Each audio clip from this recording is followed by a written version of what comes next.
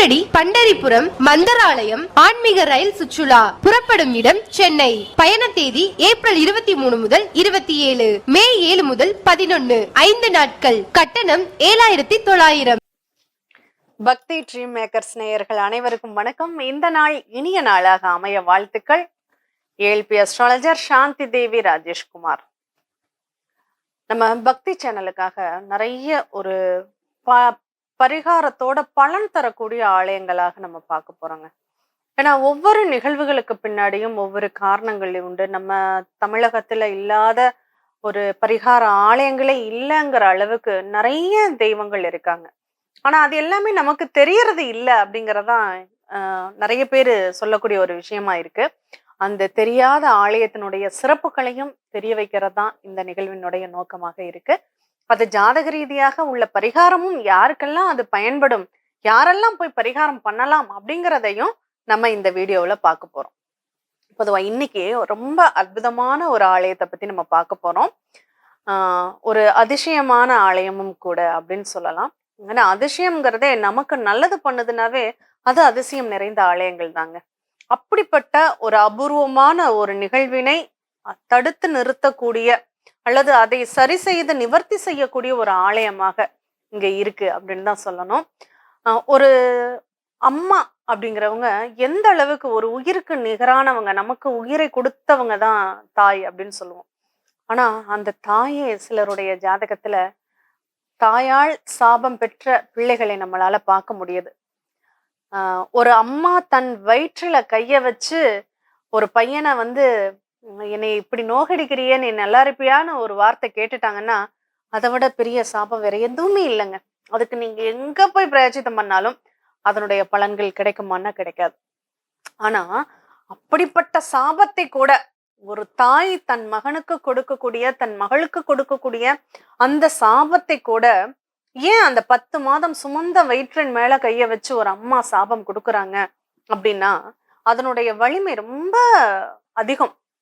அதை என்ன சொல்றது, அந்த வயிறெறிஞ்சு சாபம் கொடுக்குறாங்கன்னு சொல்லுவோம்ல, மத்தவங்க கொடுத்தாலும் அதை பழிக்காது. ஏன்னா மத்தவங்க வயிறு எறியறதுக்கு அங்க வேலையே கிடையாது. ஆனா பெற்றவள் வயிற்றின் மேல் கையை வைத்து வயிறெறிந்து கொடுக்கக்கூடிய ஒரு சாபம்ங்கிறது அவங்க எத்தனை ஜென்மம் எடுத்தாலும் அது தொடர்ந்து கொண்டே வரும். அப்படிப்பட்ட தாய் வழியில் வந்த சாபமாக இருந்தாலும் அல்லது தாயே கொடுத்த சாபமாக இருந்தாலும் அந்த சாபத்தையும் நிவர்த்தி பண்றதுக்கு அந்த தெய்வங்கள் நமக்கு அனுகிரகம் செய்து சில இடங்கள்ல அருள் பாலிக்கிறாங்க. அப்படிப்பட்ட ஆலய வரிசையில இன்னைக்கு நம்ம பார்க்கக்கூடிய அதி அற்புதமான ஒரு ஆலயம் என்ன அப்படின்னா, தஞ்சாவூருக்கு பக்கத்துல அரியலூர் வழியில இருக்கக்கூடிய கீழப்பழுவூர் அப்படிங்கிற ஊர்ல அருள்பாலித்து வரக்கூடிய அருந்தவ செல்வி சமேதர ஆலந்தூர் நாதரை பற்றி தான் நாம் இன்னைக்கு பார்க்க போறோம். ஏன்னா இந்த அருந்தவ செல்வி ஆலந்தூர் நாதர் எப்படிங்க பரிகாரம், தாயினுடைய சாபத்தை நீக்க உள்ள பரிகார ஸ்தலம்னா இந்த ஒரு ஸ்தலம். நமக்கு தெரிஞ்சு நம்ம போயிட்டு வரக்கூடிய போக்குவரத்துக்கு அருகாமையில இருக்கக்கூடிய ஒரு ஸ்தலம் அப்படின்னு சொல்லலாம். இங்க இதனுடைய சிறப்பு என்ன அப்படின்னா, பரசுராமரை பத்தி எல்லாருமே கேள்விப்பட்டிருப்போம். அந்த கோபம் வெஞ்சினம் அப்படிங்கிறது அவருக்கு அதிகமா உண்டு பரசுராமருக்கு. ஆனா தாய் சொல்ல தட்டாத ஒரு மனிதர் அப்படின்னு சொல்லுவாங்க. தாய் சொல்ல தட்டாத பிள்ளை யாருன்னு கேட்டா ஒரு குழந்தை கூட பரசுராமர்னு சொல்லும். அந்த அளவுக்கு இந்த பரசுராமர் அவர் தன் தாயை கொன்ற குற்றம்.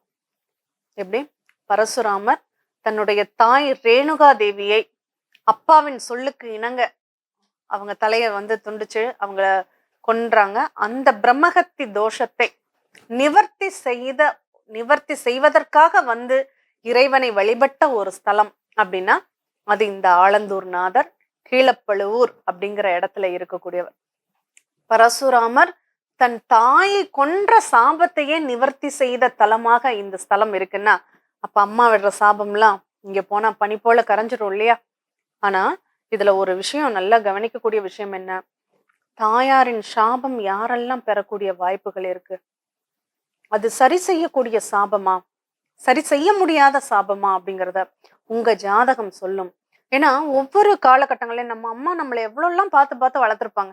அப்புறம் ஏன் சில காலகட்டங்கள்ல நமக்கு ரொம்ப ஆப்போசிட்டாக நடந்துக்கிறாங்க, நம்மளை ஏன் புரிஞ்சுக்க மாட்டேங்கிறாங்க அப்படிங்கிற கேள்விக்கான விடை உங்களுக்கு அட்சய லக்ன பத்ததி ஜோதிடத்துல கிடைக்கும். அந்த ஜோதிடத்தின் அடிப்படையில ஒரு 4ஆம் பாவகம் அப்படிங்கிறது தாயாருடைய தன்மைகளை எடுத்துரைக்கக்கூடிய ஒரு பாவம். ஜாதக ரீதியாக யாருக்கெல்லாம் 4ஆம் பாவம் கெட்டிருக்கிறதோ, அது எந்த கிரகமாக இருந்தாலும் சரி, அந்த 4ஆம் பாவம் பலவீனப்படுது அப்படின்னா ஒருத்தர் அம்மா கிட்ட நல்ல பேர் எடுக்கவே முடியாது. அம்மா சார்ந்த நிகழ்வுகள் அவங்களுக்கு பிரச்சனைக்குரியதாக இருக்கும். அம்மாவுடைய சாபம் மட்டும்தான் அங்க வேலை செய்யுமா? அம்மாவுடைய சாபம் மட்டும் இல்ல, அம்மா வழியில் வந்த சாபம் கூட. அம்மா வழியில உள்ள தாத்தா நம்மள அந்த கர்மான்னு சொல்லுவோம் இல்லையா, அந்த கர்மா நம்மள வந்து ஒரு 3 விதமான கர்மாக்கள் இயக்கும். அது என்னென்ன கர்மாக்கள், அது எப்படி வேலை செய்யுங்கிறதெல்லாம் நான் இன்னொரு தனிப்பதிவாக உங்களுக்கு கொடுக்குறேன். இந்த தாயினுடைய வழியில, வம்சாவளிகள்ல அம்மாவுடைய அப்பா பண்ணியிருந்தாலோ, அம்மாவுடைய அம்மா வழியில இருந்தாலோ, அல்லது அவங்களுடைய மூதாதையர்கள் வழியில இருந்தாலோ, இந்த 7 தலைமுறைக்கும் ஏற்பட்ட அந்த தாய் வழி கர்ம பாவகங்கள் தீரணும் அப்படின்னா நீங்க இந்த பரசுராமர் வழிபட்ட இந்த ஸ்தலத்திற்கு போய் ஆலந்தூர்நாதரை, ஆலமரத்தடியில அந்த ஈசன் வீற்றி இருக்காரு. அது ரொம்ப விசேஷங்க. பொதுவா நம்ம ஆலங்குடி கேள்விப்பட்டிருப்போம். அங்க குருவுடைய பரிகார ஸ்தலம் அப்படின்னு சொல்லலாம். ஏன் குருவுடைய பரிகார ஸ்தலம்னு அங்க சொன்னாங்க? நமக்கு வழிகாட்டுதல், அந்த குரு பிரீத்தி அப்படிங்கிறது அங்க கிடைக்கும் அப்படிங்கிறதுனால. அப்படி ஆலமரத்தின் அடியில் அந்த ஈசனே அமர்ந்து மற்றவர்களுக்கு உபதேசம் செய்ததுனால ஆலங்குடிய விசேஷம்னு சொல்றோம். அந்த ஆலமரத்து அடியில இருக்கக்கூடிய அந்த ஈசனுக்கு அவ்வளோ வலிமை அதிகம். அப்ப அதனாலதான் ஆலந்தூர் நாதர் அப்படின்னு சொல்லியிருக்காங்க. அப்ப அந்த ஆலமரத்தில் அடியில் அமர்ந்து இருக்கக்கூடிய அந்த ஈசனை வழிபடும் போது நமக்கு எவ்வளவுதான் பிரச்சனைகள் இருந்தாலும் நமக்கு அந்த பிரச்சனைகள் எல்லாம் தீர்த்து அந்த சாபத்தெல்லாம் விமோசனம் செய்து அது நல்ல அருள் குடிக்கக்கூடிய வாய்ப்புகளை கொடுக்கும். சரி, இந்த ஆலயத்துக்கு எப்ப போனா நமக்கு பலன் கிடைக்கும்? இந்த ஆலயத்திற்கு எப்ப போகணும்னா, ஒவ்வொரு லக்னத்திற்குமே அவங்களுடைய 4ஆம் பாவத்தினுடைய இயக்கம் வேற மாதிரி இருக்கும். ஆனா நம்ம முன்னாடியே சொல்லிட்டோம், அம்மாவுடைய சாபம் சொல்லிட்டு, அந்த அம்மாவுடைய சாபம், தாய் வழி சாபம், தாய் வழியில ஏற்படக்கூடிய அந்த பாதிப்புகள் அகழ்வதற்கு திங்கட்கிழமை ரொம்ப அதி அற்புதமான ஒரு நாள். பொதுவா சிவ வழிபாடுக்கு சோமவார விரதம்னு சொல்லுவோம் இல்லையா, அந்த மாதிரி திங்களுக்கு உரியவர். ஏன் இந்த திங்கட்கிழமை சொல்றோம்னா, அந்த தாயையவே பிறைச்சந்திர வடிவில தலையில் சூடி கொண்டவர் யாருன்னா நம்ம ஈசன் சிவபெருமான். அதனால அந்த தாயை வந்து நம்ம அந்த ஈசன் ரூபத்துல நம்ம தாயுமான சுவாமிகள் அப்படிங்கறத நம்ம சிவபெருமான சொல்லுவோம். அதனால நம்ம அவரை போய் வழிபடுவதனால திங்கட்கிழமை அன்னைக்கு சந்திர ஓரையில நீங்க வழிபடுறீங்க அப்படின்னா கட்டாயம் உங்களுக்கு இந்த தாயின் மூலமா தாய் மகனுக்குள் உள்ள கசப்புகள், அம்மாவுக்கும் பொண்ணுக்கும் உள்ள மனக்கசப்புகள், தாய் வழியில் ஏற்பட்ட சாபங்கள், இன்னும் சொல்ல போனா நம்ம சாப்பாட்டுக்கு வழி இல்லாம ஒரு இடத்துல கடையிலேயே வாங்கி சாப்பிடுவோம். அம்மா கையால ஒரு வாய் சாதம் சாப்பிட்டா நமக்கு நல்லா இருக்குமேங்கிற ஒரு ஏக்கம் நமக்கு அதிகமா இருக்கும். ஒரு சிலருக்கு பணியிடத்துக்காக போறாங்க அப்படின்னா, அப்ப அந்த நேரத்துல அம்மாவால நமக்கு ஒரு விஷயங்கள் நமக்கு கிடைக்கல, அதனுடைய நன்மைகளை நம்ம உளமாற அதை வந்து நம்ம அறிய முடியல அப்படிங்கிறப்போ அதனுடைய தாக்கம் தீர்றதுக்கும், இப்ப அம்மா இல்ல, அம்மா இறந்துட்டாங்க, சின்ன வயசுலயே அம்மா இல்லாதவங்க என்ன பண்ணுவாங்க? அவங்களுக்கு சாபம் இருக்கா இல்லையானே தெரியாது. அப்படிப்பட்டவர்களும் நீங்க போய் இந்த ஆலந்தூர் நாதரை, அந்த பரசுராமர் வழிபட்ட ஈசனை வழிபடும் போது கட்டாயம் உங்களுக்கு அவருடைய அனுகிரகம், ஒரு தாயாக யாராவது ஒருத்தர் அவர் வடிவில வந்து உங்களுக்கு நன்மைகளை தரக்கூடிய மார்க்கத்தை கொடுக்கும். ஆலந்தூர் நாதரை வழிபட்டு, அருந்தவ செல்வியையும் வழிபட்டு, அவங்களுடைய அனுகிரகத்தோடு நம்ம அந்த தாயாருடைய சாபத்தை நீர்க்க பிரார்த்தனை செய்வோம். அம்மாவுடைய சாபம் இருக்குன்னு எப்படிங்க நம்ம தெரிஞ்சுக்கிறது? 4ஆம் பாவம் நல்லா இல்லைன்னா அம்மாவுடைய சாபம் இருக்கும்னு சொல்லலாம். ஆனா அந்த 4ஆம் பாவம்ங்கிறத எப்படி நாங்க தெரிஞ்சுக்கிறது? என்னென்ன விளைவுகள் ஏற்படும்னு தெரிஞ்சுக்கலாம் இல்லையா? அப்போ ஒருத்தருக்கு தாயினுடைய சாபம் இருக்கு அல்லது தாய் வழி சாபம் இருக்கு அப்படின்னா, அந்த சாபம்ங்கிறத கர்ம தொடர்பு அப்படின்னு தான் நம்ம சொல்லுவோம். அப்படிப்பட்ட ஒரு தொடர்புகள் இருக்குங்கிறப்போ அவங்களுக்கு முக்கியமா அவங்களுக்கு எங்க பாதிக்கும்னா மனசு பாதிக்கும். அந்த மனம் அப்படிங்கிறது ஒரு நிலையில இருக்காது, அலைபாயும். ஏன்னா நம்மள மனோகாரகனை தான் சந்திரன்னு சொல்லுவோம், அந்த மனோகாரகன் தான் தாய்ன்னு சொல்லுவோம். நம்ம மனசு அலைபாயுது, மனம் பாதிக்கப்படுது, மனசு சித்தப்பிரமை ஆகுது அப்படின்னா அதுக்கு உங்க ஜாதகத்துல உங்க தாய் வழிய கர்மா இயங்குது அப்படின்னு அர்த்தம். அடுத்து நம்ம தாகமா இருக்கும், தாகத்துக்கு தண்ணி கிடைக்காது. யாராவது தண்ணி கொடுத்தா நல்லா இருக்குமேன்னு தோணும், ஆனா பக்கத்துல யாருமே வச்சிருக்க மாட்டாங்க. சரி, இன்னொருத்தவங்க வச்சிருப்பாங்க, அதையாவது வாங்கி கொடுக்கலான்னு நினைக்கும் போது அவங்க கடகடன்னு ஓபன் பண்ணி அவங்க குடிச்சிட்டு வெறும் பாட்டில வச்சிருப்பாங்க. இந்த மாதிரி நிறைய அனுபவங்கள்ல உங்களால தெரிஞ்சுக்க முடியும்.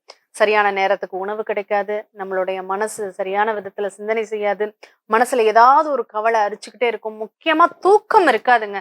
நிம்மதியே இல்ல எனக்கு அப்படின்னு இந்த வார்த்தைகளை அடிக்கடி யாரெல்லாம் சொல்றாங்களோ அவங்களுக்கு நிச்சயமாக தாய்வழி சாப தொடர்பு அப்படிங்கிறது நிச்சயமா இருக்கும். அதனால இந்த மாதிரி அமைப்பு உங்களுக்கு இருக்கா? மனசு அலைபாயுதா? முடிவெடுக்கிறதுல தடுமாற்றம் இருக்கா? சரியா உணவு இருந்தும் சரியான நேரத்துல என்னால உணவு உண்ண முடியலன்னு நினைக்கிறீங்களா? அப்ப தாகத்துக்கு தண்ணி கிடைக்க மாட்டேங்குதா? இந்த மாதிரி நிகழ்வுகள்ல நீங்க அவஸ்தைப்படுறீங்கன்னா கண்டிப்பா உங்களுக்கு 4ஆம் பாவம் பலவீனப்படுது. தாய்வழி உறவு உங்களுக்கு சீராக இல்லை அப்படிங்கிறத நீங்க புரிஞ்சுக்க முடியும். அதுக்கு என்ன பண்ணணும்?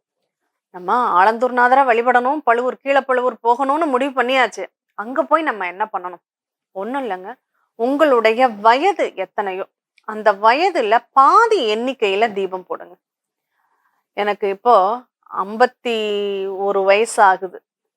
நான் பாதி எண்ணிக்கையில எப்படி தீபம் போடுறதுன்னு கேட்பீங்க இல்லையா? 26 விளக்கு போடுங்க. அந்த அறைங்கிறத முழுதா மாத்திக்கோங்க. மாத்தி நீங்க தீபம் போடுங்க. கண்டிப்பா உங்களுக்கு சாதகமான பலன்கள். தீபம் மட்டும் போட்டா போதுமா? நீங்க போய் அங்க மனசார உங்க மனசுக்குள்ள, ஐயா நான் ஏதோ தெரிஞ்சு தெரியாமலோ ஏதாவது ஒண்ணு பண்ணியிருக்கேன். இல்ல உங்களுக்கே தெரியும் நம்ம இன்ன தப்பு பண்ணோம், அதனால நம்ம அம்மா நம்ம மேல கோவமா இருக்காங்க அப்படிங்கிற ஒரு நிகழ்வு. இல்ல நம்ம ஏதோ எந்த ஜென்மத்திலயோ தவறு பண்ணியிருக்கோம், அதனாலதான் நமக்கு அம்மா இல்ல அப்படிங்கிற ஒரு நிலையும் இருக்கும். அப்ப இந்த மாதிரி நேரங்கள்ல நீங்க போய் அங்க வந்து மனசார மன்னிப்பு கேட்டுட்டு, எனக்கு நான் இத பண்றேன், எனக்கு இத குடுன்னு தெய்வத்துக்கிட்ட தயவு செஞ்சு யாரும் கேட்டுறாதீங்க. அப்படி கேட்கறதுங்கிறது பக்தியே கிடையாது.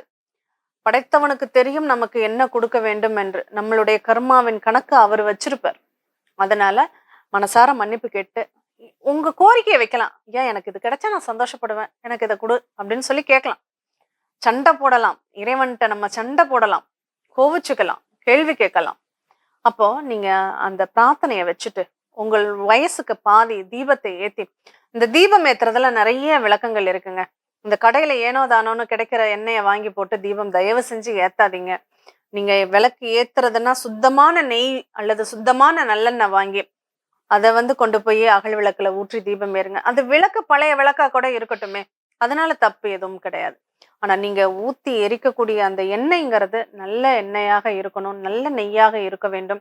அதை வந்து கொஞ்சம் பார்த்துக்கோங்க. அப்படி கிடைக்கலன்னா விட்டுடுங்க, நீங்க தீபமே போட வேண்டாம். கண்ணை மூடி தீபம் ஏத்துனதாக நீங்க கற்பனை கூட பண்ணிக்கோங்க. அந்த கற்பனைக்கும் பலம் இருக்கா? நிச்சயமாக உண்டுங்க. கற்பனையின் சக்தியே நமக்கு பூசலார் நாயரனை பத்தி நம்ம கேள்விப்பட்டிருக்கோம் இல்லையா? மனசுக்குள்ளேயே ஆலயம் கட்டினார் இல்லையா? அந்த மாதிரி அந்த கற்பனைக்கும் பலம் அதிகம் இருக்கு. அதனாலதான் அப்துல் கலாம் கூட கனவு காணுங்கள் அப்படின்னு சொல்லியிருக்காரு. அதனால நீங்க போய் அந்த இறைவன்கிட்ட மனசார பிரார்த்தனை பண்ணிட்டு வில்வம் கிடைக்கும். அல்லது வில்வத்தை நீங்க வாங்கிட்டு போங்க. அந்த வில்வத்தால அர்ச்சனை செய்யுங்கள். அந்த அர்ச்சனை செய்யறீங்களா? வில்வ அர்ச்சனையே உங்களுக்கு போதுமானது. உங்க சாபம் அத்தனைக்கும் அந்த வில்வ தலம் ஒன்று போதும். வில்வாஷ்டகம் படிச்சீங்கன்னா கூட வில்வம் கிடைக்கல, என்ன பண்ணலாம்? உட்காருங்க, உங்க போன்ல வில்வாஷ்டகம் போடுங்க, அந்த வில்வாஷ்டகத்தை படிங்க. அதுவே போதும், உங்க வாழ்க்கையில வெற்றிகளை தேடித்தரும். இந்த தாயார் சம்பந்தப்பட்ட நிகழ்வுகளால ஏற்படக்கூடிய பிரச்சனைகள் தீரும். தாய்வழி கர்மாங்கிறது கழியும்.